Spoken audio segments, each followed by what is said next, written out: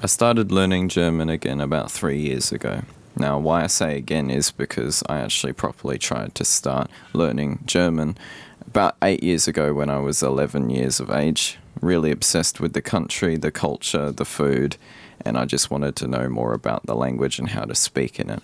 So I did basically anything anyone else would do when catching the desire to learn a language, was to go onto the App Store and to download Duolingo, because that's a very strong consensus with language learning, kind of built into a lot of Western society, particularly, or I guess across the world. I've seen it with more than just Westerners.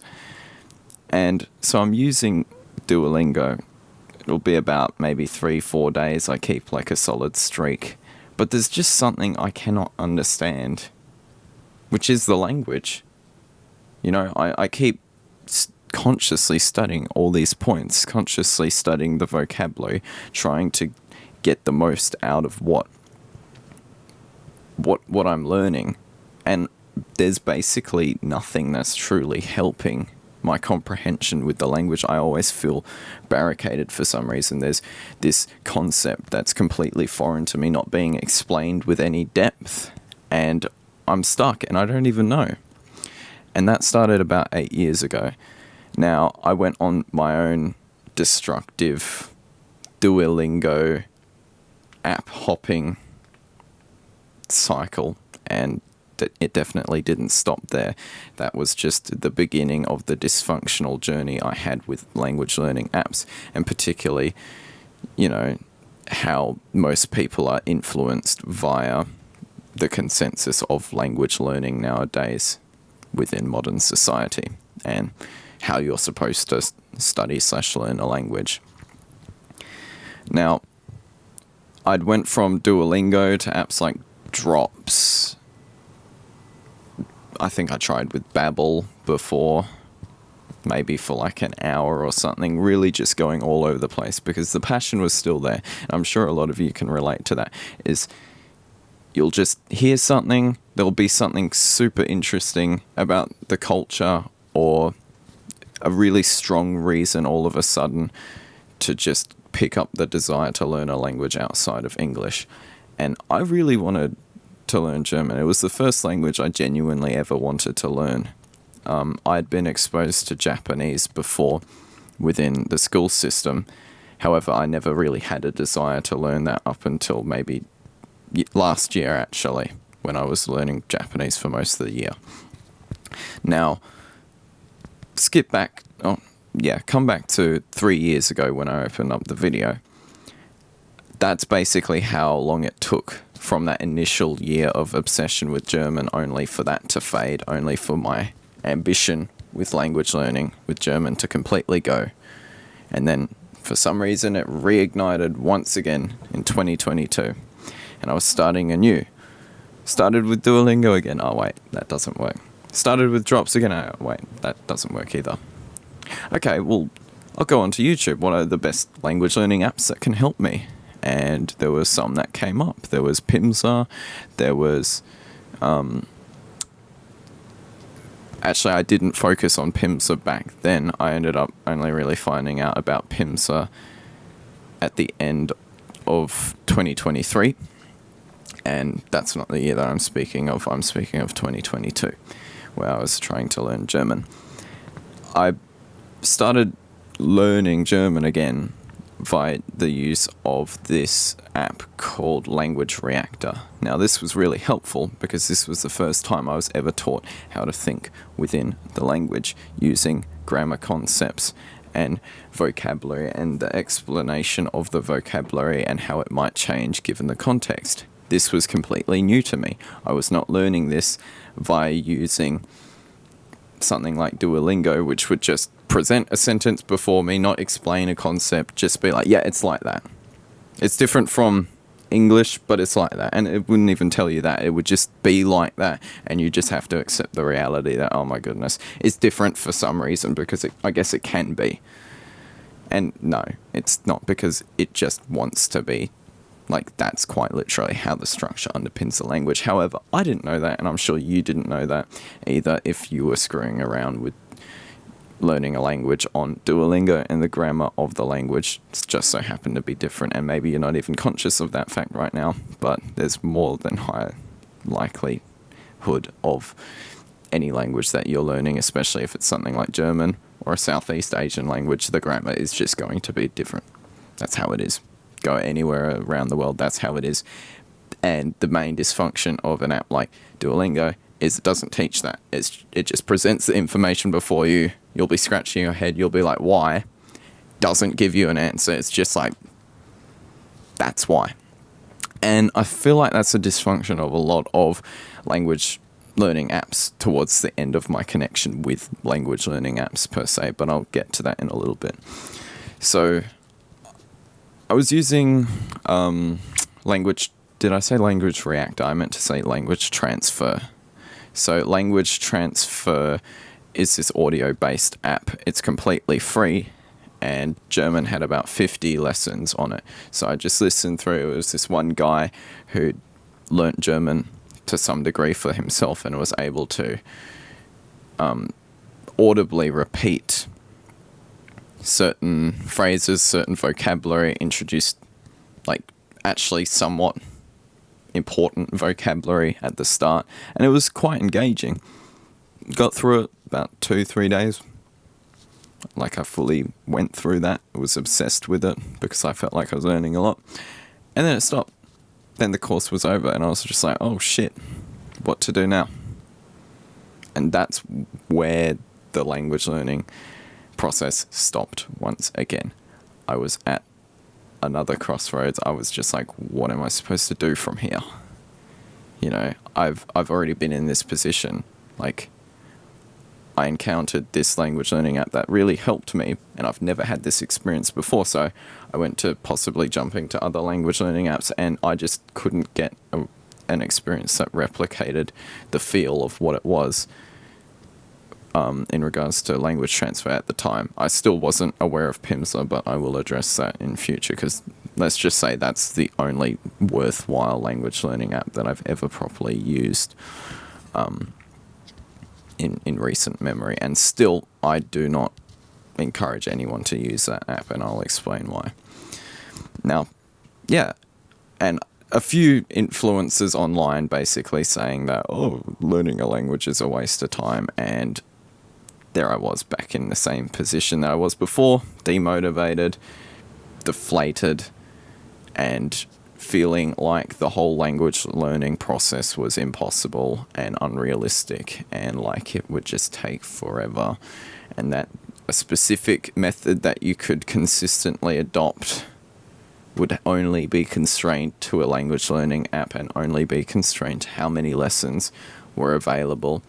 Or you go back to Duolingo and you grind through it and you fucking hate the whole process because it'll take even longer and be miserable. Or at least for me, it wasn't that fun.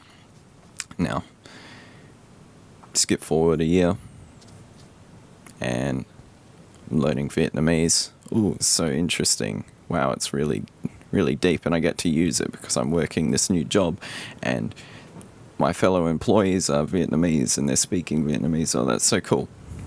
Jump a year ahead of that, 2024 now. And at the start of the year, I was really, really sucked in to language learning as a whole. And that was because of one experience I had at the dinner table with, I believe it was around 14, at least 10 other Vietnamese people just purely speaking Vietnamese for 4 hours. I found myself there a day after my birthday because I decided to go on a trip with my Vietnamese co-workers who invited me to come with them to travel around my country, particularly my state. I didn't go around the country. Australia's too big for that shit.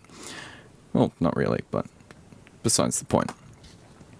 And from that point, I was really sucked into languages. Now, if anyone else has watched these types of videos before, you'll know the story. I kind of was stuck with Vietnamese, didn't know where to go, because by that point I was using Pimsleur, and basically the same thing happened again. I got to the end of using all these audio-based lessons, because that's what Pimsleur is as an app. It's far more helpful than something like Duolingo, It's far more convenient as well because you could just be doing any passive activity, tune in to Pimsleur, and it'll be like really easy just to listen clearly about how people are conversing in the language and what vocabulary is being used and whatnot. And yeah, then the Vietnamese course was over before I even properly started it. It was like a month, and I just didn't know what to do. It's like, where do I go from here? You know, there's nothing on language transfer for Vietnamese. There's Duolingo. Do I really want to go back to hell? So I found the only way to really escape that reality was by jumping languages, by jumping from German to Vietnamese to temporarily Swahili, but I never talk about that. Back to Vietnamese.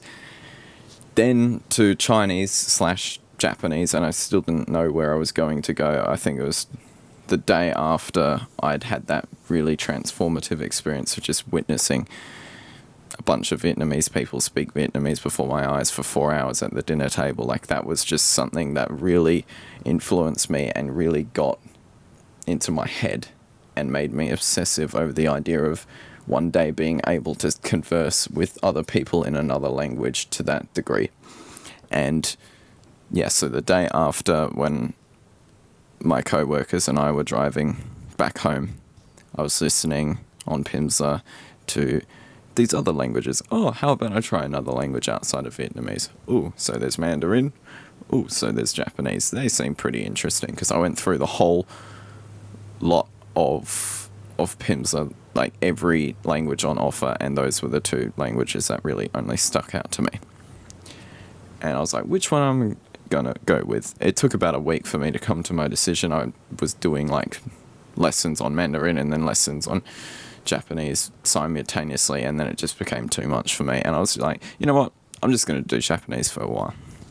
And I was doing Japanese, and there was a lot of levels. There was 180 lessons in total, 5 levels containing 30 lessons each level. Compared with Vietnamese, it was literally just one level, 30 lessons, so a month. Whereas you get like 6 months of material with the Japanese course. And I got about halfway through the second level, so that's about 45 days, 50 days. And I was like, this sucks. I'm back where I started. Why does this keep happening to me? Why can't I just find something reliable? Why is the methodology always coming back to fuck me up?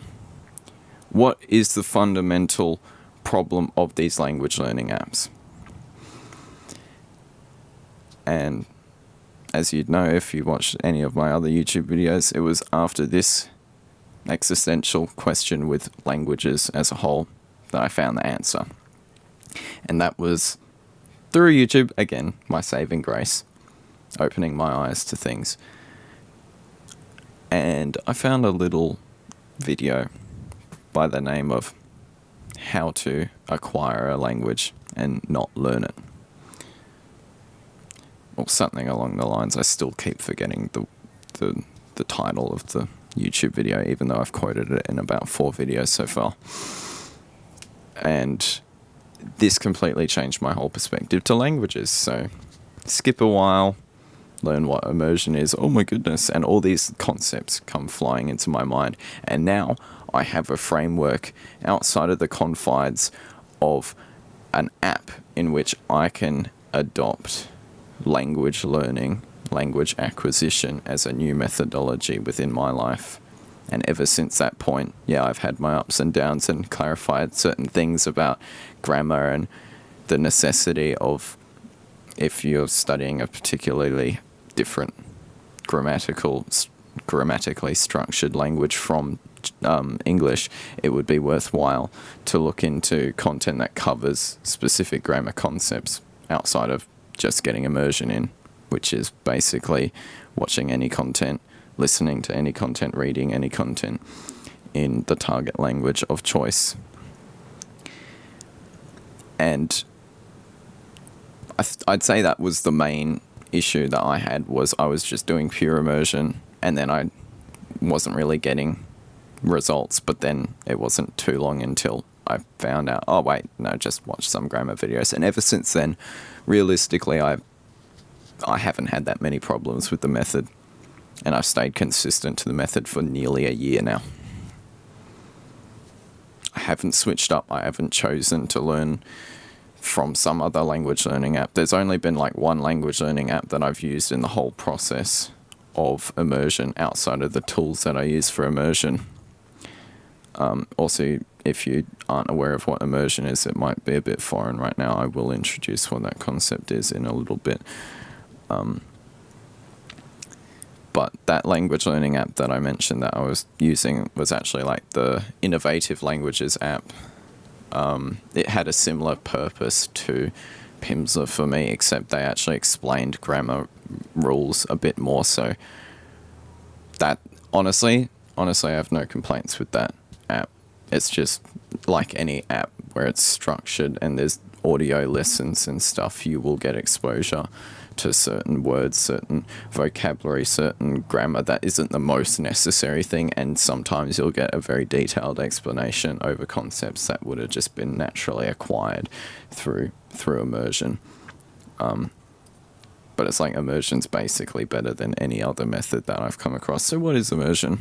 It's basically getting mass input to the language, in everything to do with the target language, whether that be listening, whether that be reading, whether that be listening and reading at the same time, audio and visual inputs, just getting enough context and putting yourself in the position in where you can acquire the language on a subconscious level rather than consciously having to learn and review absolutely every word used and like introduced via your bloody language learning app that you've used countless times and has still gotten you in the same position of failure, which was me countless amounts of times. Now, what's the main difference and why, by comparison to these language learning apps, is immersion so good? And I would have said the word already outside of acquisition. It is input. And it's simply because of the input that you get and the connection that you get to the language.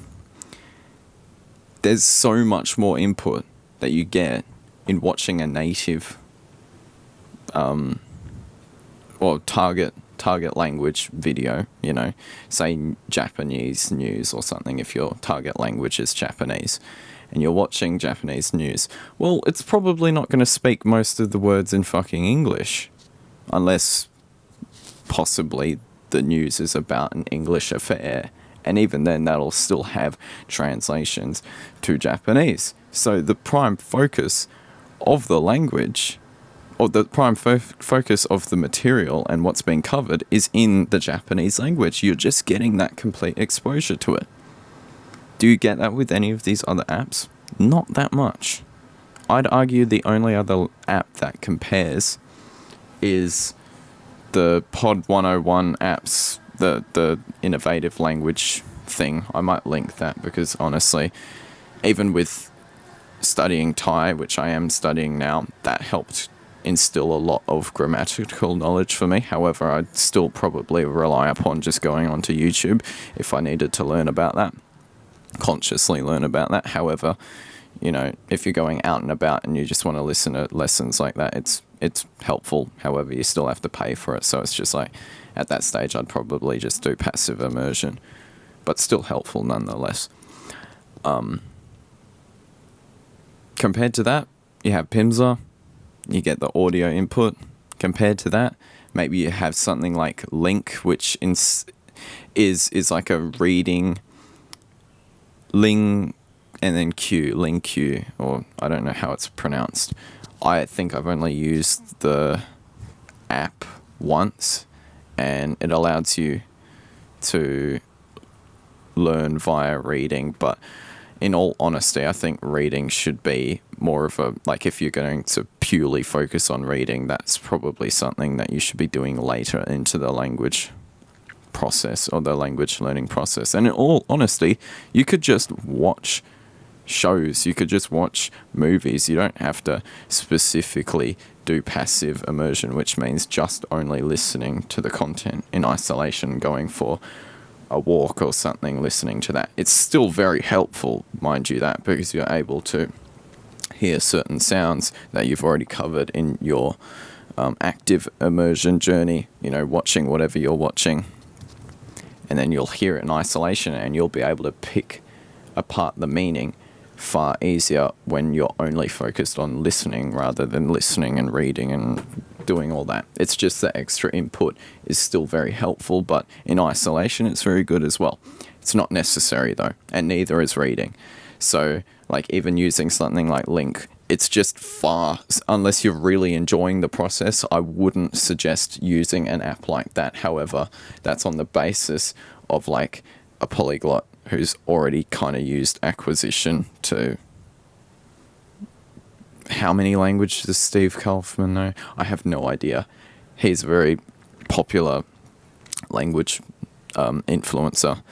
You can search up Steve Kaufman on YouTube and he'll come up. He's the founder of, or co-founder of Link, which is that language learning app that I'm talking about. So he knows his shit. I'm not saying that Steve Kaufman. I actually watched a Steve Kaufman video right before recording this video. He's very knowledgeable. However, personally, it doesn't resonate to spend especially that much money. It's basically like, in Australian, I think it's $32 a month or something. Not sure how that convert over to American dollars. Maybe it would be at least $20 to $23 or $24 a month. That's just a pure guesstimation. I have no idea. Still quite expensive. But how much do you have to pay for immersion by comparison? Basically, except for the tool, it could be free, depending on how you use it. Personally, I like watching content on Netflix. So I have Netflix and I also have the tool that I use, which is Language Reactor for studying Thai. However, if you're studying a more mainstream language, a tool such as an immersion tool, this is what I'm referring to. I guess you could bundle it as like a language learning app, but they're basically just tools in which you plug it in to the immersion source, the immersion, whatever it is, whether it be YouTube, the platform basically, YouTube, Netflix. Those are only supported by Language Reactor, but Megaku supports YouTube, Netflix, Disney Plus, Rakuten Viki, just those four at the moment. But it's like you're able to basically only focus on spending for the tool, and then preferably if you like streaming services or you want to watch anything that otherwise wouldn't be free on YouTube, it might be better to like get a subscription service in the form of Disney Plus or Netflix to watch that type of content, which I'm detailing. But it's far cheaper and it's far more enjoyable, obviously depending on like the plan that you sort out, because I know that if you decide to purchase like the upper end plan with Netflix, for example, like that's obviously going to be quite a lot of money per month. Still, I think it's the funniest thing is I think it's cheaper than Link, or maybe on the same price if you compare it with the language learning tool. Anyways, a bit unrelated.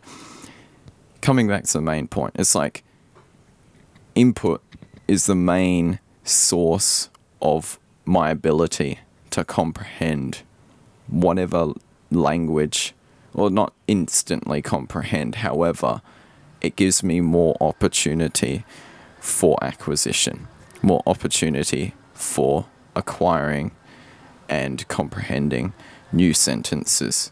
Because there are more sentences, there's more words, there's more exposure to the language. It's not just, that one sentence in isolation presented before you in Duolingo that you can't just skip the sentence. You need pro mode if you want to do that, and I don't even think you can do that.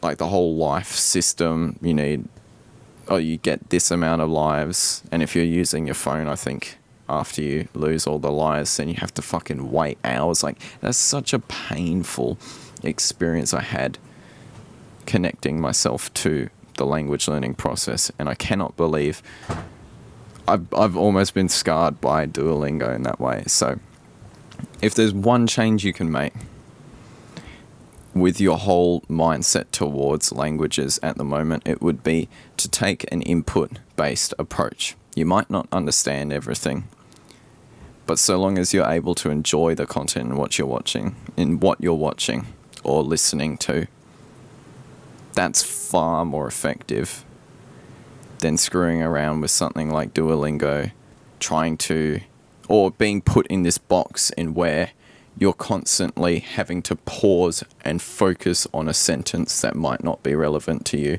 that might seem completely out of the blue, just really